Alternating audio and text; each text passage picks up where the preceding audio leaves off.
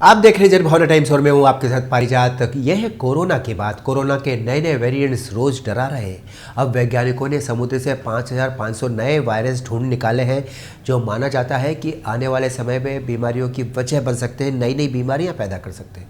जहां पूरी दुनिया पिछले 2 साल से कोरोना वायरस से जूझ रही है, ऐसे में वैज्ञानिकों की यह खोज डराने वाली है। अमेरिका की ओहायो स्टेट यूनिवर्सिटी के शोधकर्ताओं का कहना है कि कोरोना की तरह से ही RNA वायरस भी एक वायरस है। चिंता वाली बात यह है कि ये वायरस हमारे शरीर के भीतर मौजूद है। भारत के अरब सागर और हिंद महासागर के उत्तरी पश्चिमी इलाकों में भी ये देखा जा रहा है।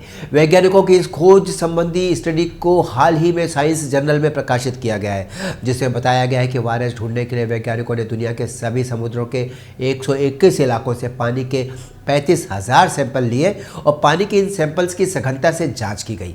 इनमें लगभग 5,500 नए RNA वायरस ढूंढ निकाले। वैज्ञानिकों ने जो 5,500 नए वायरसेस को जन्म दे सकते हैं, उनमें से 5 मौजूदा प्रजातियां अभी ऑलरेडी हैं और 5 नई प्रजातियां भी उनमें पाई गई है। शोधकर्ता मैथ्यू सुलिवान का कहना है कि सैंपल्स के हिसाब से नए वायरस की संख्या काफ़ी कम है। उन्होंने आशंका जताई कि भविष्य में लाखों की संख्या में वायरस मिल सकते हैं।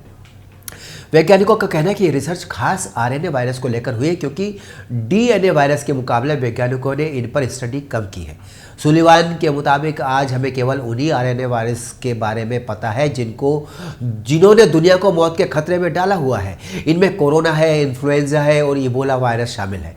इसलिए भविष्य में नई बीमारियों से बचने के लिए हमें पहले से ही उनके प्रति सतर्क और सजग रहना बहुत ज़रूरी है। वैज्ञानिकों की रिसर्च में टारा विरिकोटा, मोमी विरिकोटा, पैराजिनो विरिकोटा, वामो विरिकोटा और आर्कटिक विरिकोटा नाम की 5 नई वायरस प्रजातियों की जानकारी मिली है।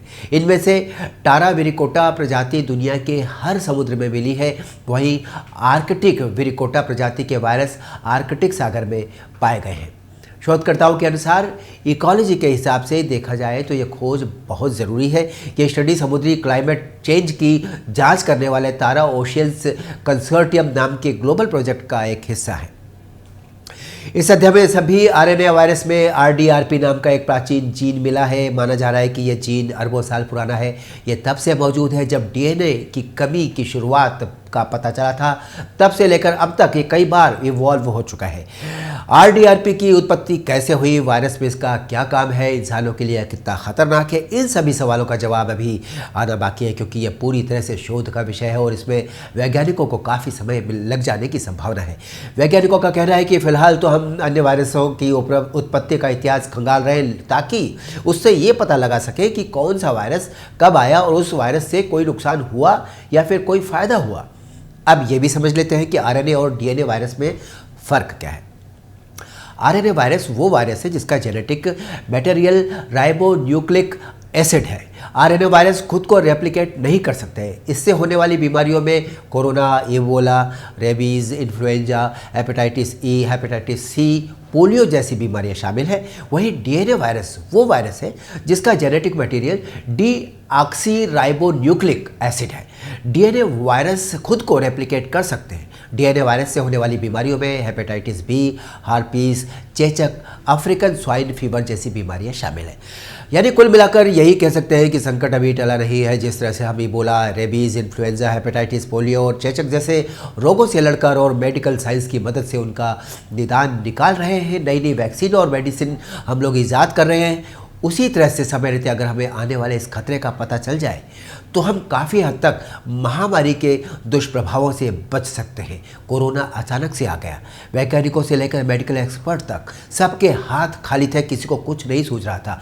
लगातार बताया जा रहा था कि लोग अपने घरों में बंद रहें, क्योंकि इस वायरस की ना तो कोई दवा है, ना ही इसका कोई इलाज, और लोग अपने अपने घरों में लॉक हो गए। पूरी दुनिया जहाँ तहाँ थम गई।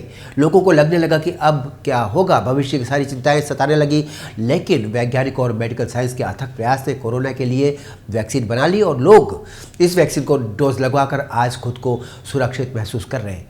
इतिहास भी गवाह है कि समय समय पर ऐसे वायरस आते रहते हैं, ऐसी महामारियां आती रहती हैं जिससे लाखों लोगों की मौत हो जाया करती है। लेकिन अब मेडिकल साइंस ने काफ़ी विकास कर लिया है। किसी ने भी नहीं सोचा था कि कोरोना की वैक्सीन इतनी जल्दी आ जाएगी।